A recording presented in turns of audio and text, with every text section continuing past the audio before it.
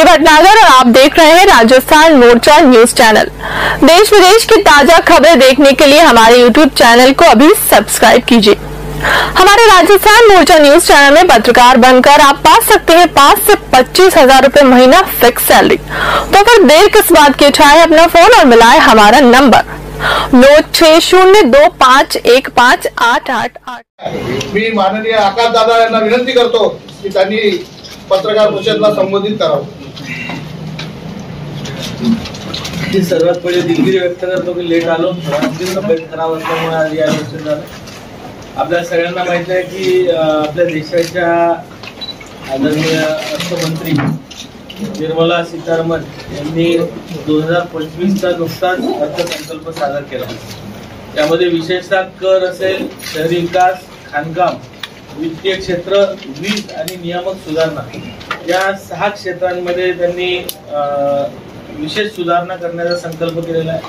केंद्रीय अर्थमंत्री निर्मला सीतारामन यांनी या मांडलेल्या अर्थसंकल्पामध्ये जवळपास जी वित्तीय तूट आहे ती 4.9 वरून 4.4 वर खाली आणण्याचे ध्येय सरकारने ठेवल्याची जाहीर केली आहे।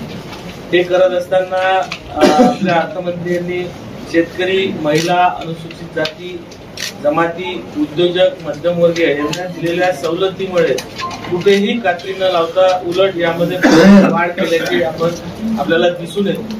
आणि या अर्थसंकल्पामध्ये आपण पाहिलं असेल की विकासाला त्या बजेटमधील महत्त्वाचे माहिती देण्यासाठी पालकमंत्री आदरणीय ॲडव्होकेट आकाश दादा पुणकरजी, भारतीय जनता पक्षाचे प्रदेश सरचिटणीस आणि विधिमंडळाचे प्रतोद आमदार रणधीर भाऊजी, खासदार दादा यांना विनंती करतो। नमस्कार। आपली सगळ्यांची सर्वात पहिले दिलगिरी व्यक्त करतो की लेट आलो, तब्येत खराब असल्यामुळे आज यायला उशीर झाला। आपल्या सगळ्यांना माहिती आहे की आपल्या देशाच्या आदरणीय अर्थमंत्री निर्मला सीतारामन यांनी 2025 चा नुकताच अर्थसंकल्प सादर केला।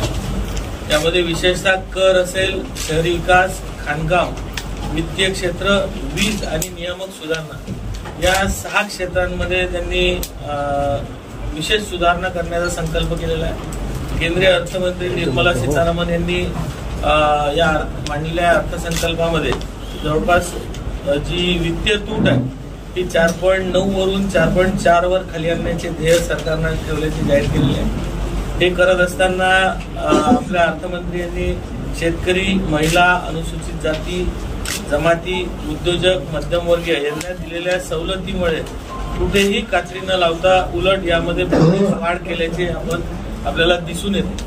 आणि या अर्थसंकल्पामध्ये आपण पाहिलं असेल की विकासाला गती देण्यासाठी सर्व समावेशक विकास प्रदान करण्यासाठी प्रयत्न सुरू ठेवणार असल्याचे सांगितले आहे। एकत्रितपणे अधिक समृद्धीसाठी आपल्या क्षमता जगासमोर मांडण्याचा प्रवास आपण सुरू करतोय, या गोष्टीवरही त्यांनी विशेष भर दिलाय। सर्व विकसनशील अर्थव्यवस्थांमध्ये भारतीय अर्थव्यवस्था सर्वात वेगाने वाढत आहे, या गोष्टीला त्यांनी जगापुढे आणलाय।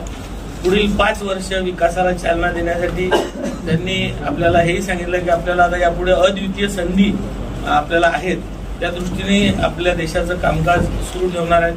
आणि आपल्या या 10 वर्षामध्ये विकासाचा इतिहास आणि संरचनात्मक सुधारणांनी जे आपल्या सरकारने आतापर्यंत काम केलंय त्यामध्ये जगाचं आपण लक्ष वेधलेलं आहे।